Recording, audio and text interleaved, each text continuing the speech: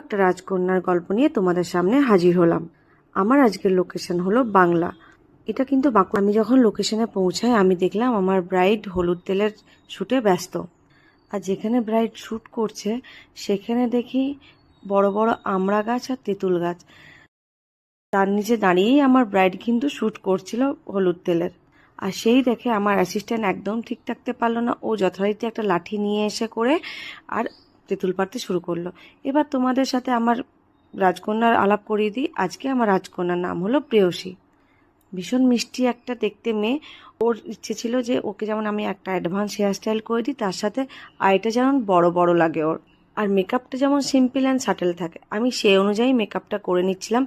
আর ওর চোখগুলো সত্যিই সুন্দর ছিল। মেকআপটা কমপ্লিট হয়ে যাওয়ার পর ওর লিপস্টিক পরিয়ে দিচ্ছিলাম অ্যান্ড হেয়ারটা করে নিচ্ছিলাম। মেকআপটা প্রায় কমপ্লিট। তোমাদের এই লুকটা কেমন লাগলো অতি অবশ্যই জানিও। আর লুক পেতে গেলে আমাদের স্ক্রিনে দেওয়া নাম্বারে তোমাদের অবশ্যই কন্ট্যাক্ট করে নিতে হবে। জয় শ্রী রাধে।